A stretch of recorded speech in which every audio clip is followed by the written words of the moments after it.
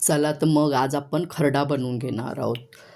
तर त्याच्यासाठी मी कमी तिखटाच्या अर्धा पाव हिरव्या मिरच्या घेतलेल्या आहेत. तुम्ही केवढ्याही घेऊ शकता. देठाकडचा आणि मागचा भाग काढून घ्यायचा आहे, तुकडे करायचे आहेत आणि कमी तेल घालून छान परतवून घ्यायचं आहे फक्त, म्हणजे ओलसरपणा जाईपर्यंत. त्याच्यामध्येच मी पाव चमचा जिरं घातलेले आहे, तेही परतवून घ्यायचं आहे. गॅसची फ्लेम स्लो करा.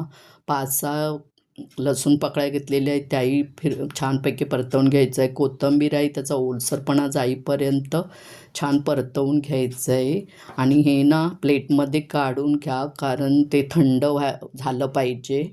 आणि तोपर्यंत मी पाववाटी शेंगदाणे घेणार आहे. शेंगदाणे जास्त घालू नका, चव लागत नाही खरडा. तुम्ही बघू शकता, पोहे खायचा 1-2 चमचाच होईल इतके शेंगदाणे घेतलेले आहेत.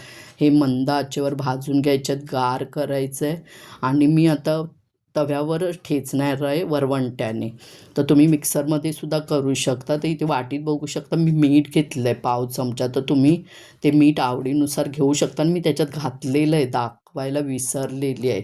तर खरडा 8 दिवस छानपैकी फ्रीजमध्ये राहतो, पण तो ना कोरडा होतो. म्हणून मी ना इथे 2 मोठे चमचे कडकडीत तेल तापून घेतलेलं आहे.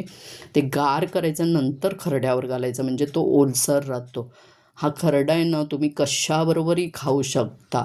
अगदी चपाती, भाकरी, भाताबरोबर, म्हणजे अगदी भाजी नसेल ना तरी चालू शकतं. इतका तो छान होतो आणि तिखट पण नाही झालेला. आता ना मला दह्याबरोबर ना जाम आवडतो खरडा खायला, पण काय आहे, वाटीमध्ये जर दही घातलं तर खराब होईल, म्हणून मी साईडला 1 चमचा काढून घेतलेला आहे आणि त्याच्यातच 1 चमचा दही घातलेला आहे.